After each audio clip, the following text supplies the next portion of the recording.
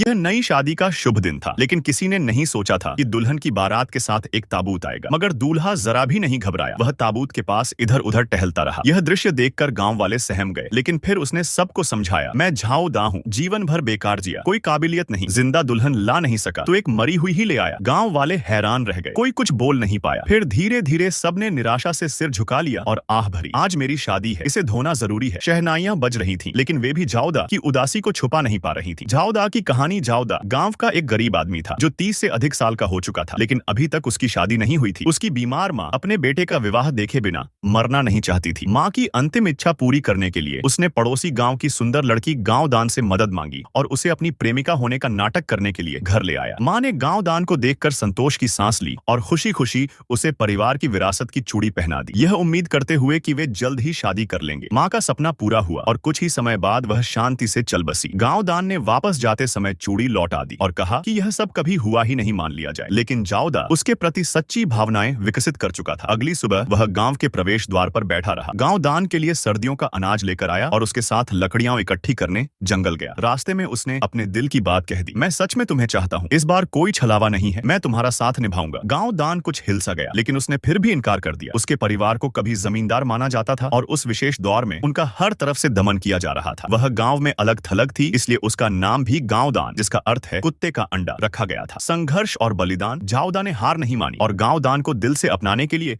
अपनी ओर से हर संभव प्रयास करता रहा। उसकी देखभाल और समर्थन ने अंततः गांव दान को जीत लिया। उसने समाज की परवाह करना छोड़ दिया और जाओदा की पत्नी बनने के लिए विरासत की चूड़ी फिर से पहन ली। उनकी शादीशुदा जिंदगी कठिनाइयों से भरी थी, लेकिन वे खुश थे। लेकिन यह खुशी ज्यादा दिन नहीं टिक सकी। एक दिन गांव दान भागा भागा जाओदा के पास आया और बताया कि उसकी मां गंभीर रूप से बीमार है और अस्पताल के लिए 200 युआन की जरूरत है, लेकिन उसकी विशेष स्थिति के कारण गांव में कोई भी उसे उधार देने को तैयार नहीं था। जाओदा ने उसे दिलासा दिया और अपनी भेड़ें बेचकर पैसे जुटाने का वादा किया। गांव दान उसकी इस भल मनसाहत से बेहद प्रभावित हुआ, लेकिन यह वह दौर था जब निजी व्यापार को अपराध माना जाता था। उन्हें पकड़ लिया गया और गांव दान को सरेआम अपमानित किया गया। जब गांव वाले उसे दोषी ठहराने लगे तो जाओदा भीड़ को चीरते हुए आगे बढ़ा और चिल्लाया, भेड़े में बेच रहा था, सजा मुझे दो। उसने गांव दान को बचाने के लिए अपना सब कुछ दांव पर लगा दिया। दोस्तों ने गांव दान को बचाकर वहां से निकाल लिया। दुखद अंत। गांव दान नहीं चाहता था कि उसकी वजह से जाओदा की जिंदगी और बर्बाद हो, इसलिए उसने नदी में कूदकर आत्महत्या कर ली। उसका शव कभी नहीं मिला। जाओदा टूट चुका था। 7 साल बीत गए, लेकिन उसने दोबारा शादी नहीं की। गांव में कोई भी लड़की उससे शादी करने को तैयार नहीं थी। गांव के बुजुर्गों ने उसकी शादी कराने की कोशिश की, लेकिन सब बेकार गया। अजीब शादी का फैसला। इस बीच एक परिवार की बेटी की मौत हो गई थी, लेकिन वह अविवाहित थी, इसलिए उसे परिवार की कब्र में दफनाने की इजाजत नहीं थी। इस क्षेत्र की परंपरा के अनुसार अविवाहित लड़कियों की शादी मरने के बाद कराई जाती थी। जब जाओदा